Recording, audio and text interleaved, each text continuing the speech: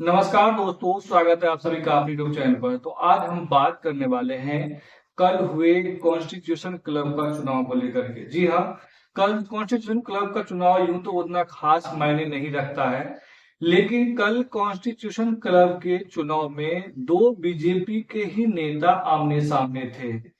एक पश्चिमी उत्तर प्रदेश से जाट चेहरा माने जाने वाले संजीव बालियान और दूसरा बिहार से एक कद्दावर नेता राजीव प्रताप रूडी। आपको बता दूं, राजीव प्रताप रूडी जो है पिछले 25 साल से लगातार कॉन्स्टिट्यूशन क्लब के सचिव पद पर बने हुए हैं और इस बार जो मुकाबला था वो काफी दिलचस्प था। हालांकि कॉन्स्टिट्यूशन का क्लब का चुनाव हमेशा से होता रहा है 5 सालों में, लेकिन इस बार का जो चुनाव था वो काफी दिलचस्प था। अब दिलचस्प इसलिए था क्योंकि संजीव बालियान के पक्ष में अमित शाह थे, उनके लॉबी थे, गुजरात लॉबी एक तरीके से कह सकते हैं थे, और साथ ही साथ एक बीजेपी के बड़बोले नेता जो झारखंड से आते हैं, सांसद हैं निशिकांत दुबे।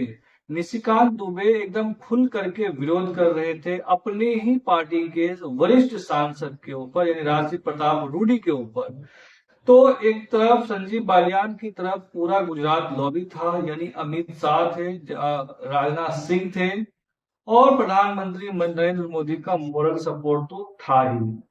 दूसरी तरफ राजीव प्रताप रूडी जो पिछले 25 सालों से लगातार इस सचिव पद पर बने हुए हैं वो था। अब उसके साथ पूरा इंडिया ब्लॉक का दल था, चाहे वो कांग्रेस पार्टी हो, टीएमसी हो, टीडीपी हो, या फिर अखिलेश यादव की पार्टी हो, उद्धव ठाकरे की पार्टी, यानी इंडिया ब्लॉक का जितना भी नेता था या दल था, उन्होंने इस चुनाव में राजीव प्रताप रूडी का साथ दिया।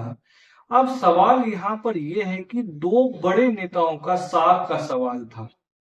एक तरफ अमित शाह जो कभी भी कॉन्स्टिट्यूशन क्लब के चुनाव में वोट देने नहीं आए थे, कल पहली बार वो चुनाव में वोट देने आए। इसका साफ साफ संदेश था अपने नेताओं को कि हमारा सपोर्ट संजीव बालियान को है और आप संजीव बालियान को जिताइए।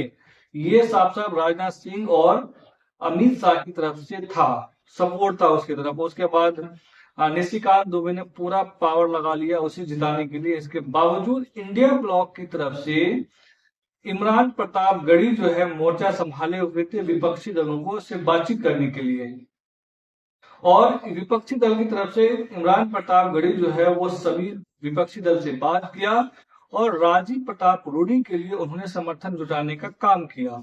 और बाद में सोनिया गांधी भी वोट देने आई और अमित शाह भी वोट देने आए। तो बात यहाँ पर नाक का सवाल हो गया। जब सोनिया गांधी कॉन्स्टिट्यूशन क्लब पहुंची वोट देने के लिए, तो राजीव प्रताप रूडी ने उसे नमस्कार के जैसे आते स्वागत किया। तो उस पर सोनिया गांधी ने कहा कि don't worry, we are with you, यानी चिंता मत करो, हम लोग आपके साथ हैं, आपको हम वोट डालने जा रहे हैं। जब वोटिंग की गिनती हुई तो राजीव प्रताप रूडी जो है वो लगभग 100 वोटों से जीत गए और 100 वोटों के अंतर से संजीव बालियान जो है वो चुनाव हार गए।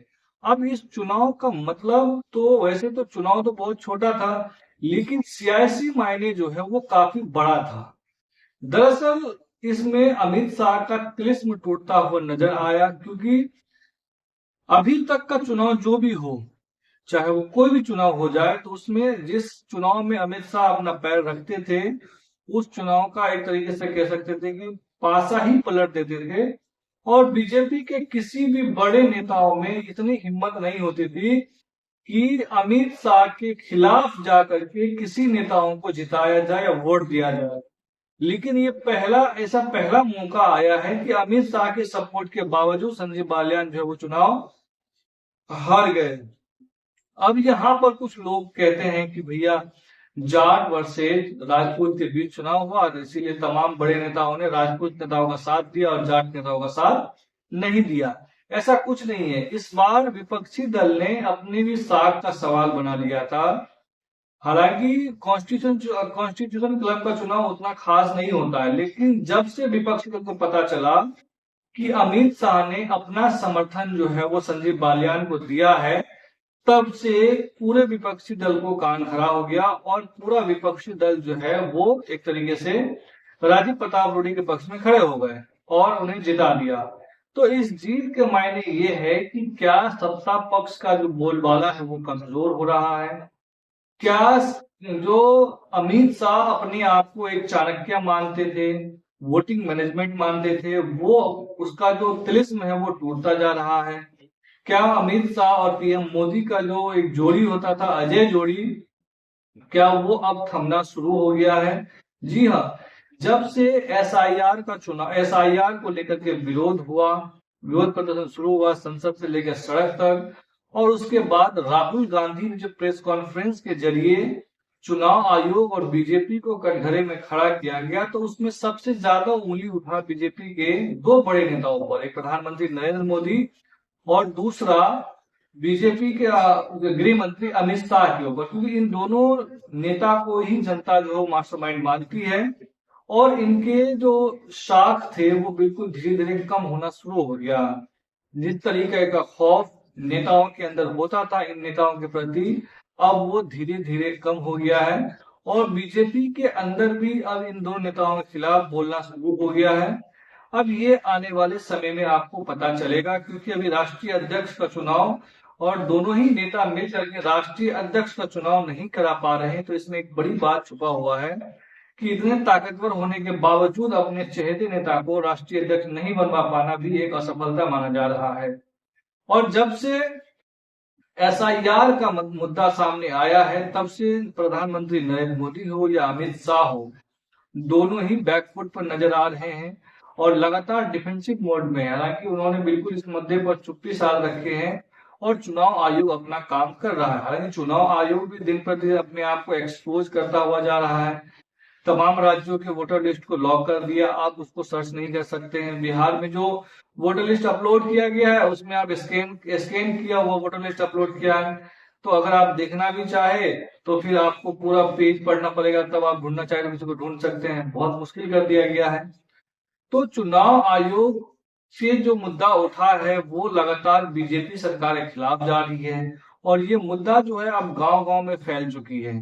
तो ऐसे में एसआईआर के विरोध के बाद इंडिया ब्लॉक और सत्ता पक्ष का पहला परीक्षा था ये कॉन्स्टिट्यूशन क्लब का चुनाव, और इस क्लब चुनाव में कईयों का किस्म तोड़ दिया है, चाहे वो अमित शाह हो, प्रधानमंत्री नरेंद्र मोदी हो या बीजेपी के बड़े बड़बोले नेता निशिकांत दुबे हो या उनके चाहने वाले हो, जो खुल करके संजीव बालियान के साथ खड़े थे, उन्हें चुनाव में हार का सामना करना पड़ा है। तो मुझे लग रहा है कि एक मॉरली तौर पर तो अमित शाह और नरेंद्र मोदी की हार है, लेकिन इसके सियासी संदेश भी काफी ज्यादा बड़ा है। बड़ा ये है कि दोनों नेताओं का जो तिलिस्म था अब धीरे धीरे, या प्रभाव था पार्टी के अंदर, वो धीरे धीरे कम होता जा रहा है। नहीं तो अमित शाह की एक आवाज पर तमाम नेता, चाहे वो सत्ता पक्ष के और विपक्ष के भी कई नेता आ जाते थे, लेकिन अब ऐसा नहीं हो रहा है। उनके सपोर्ट करने के बावजूद अगर संजीव बालियान चुनाव हार जाता है तो ये हार जो है वो संजीव बालियान की नहीं, अमित शाह की है। और आने वाले समय में आपको कई ऐसी चीजें देखने को मिलेगा जो शायद अमित शाह के या फिर एनडीए सरकार के ऊपर काफी गहरा प्रभाव पड़ सकता है। सबसे बड़ा नजर जो है वो राष्ट्रीय अध्यक्ष के चुनाव पर है कि आखिरकार किसे राष्ट्रीय अध्यक्ष बनाया जाता है। अगर आदमी आरएसएस का होगा तो यकीन तौर पर मानिए कि अमित शाह और नरेंद्र मोदी का वर्चस्व जो है वो बीजेपी से खत्म होना शुरू हो जाएगा। अगर उसके आदमी बन जाएंगे तो फिर उसका वर्चस्व एक बार फिर से कायम हो जाएगा और फिर अपने हिसाब से वो फैसले करवा सकते हैं। वीडियो अच्छी लगी हो तो चैनल को जरूर सब्सक्राइब कर लीजिए। धन्यवाद।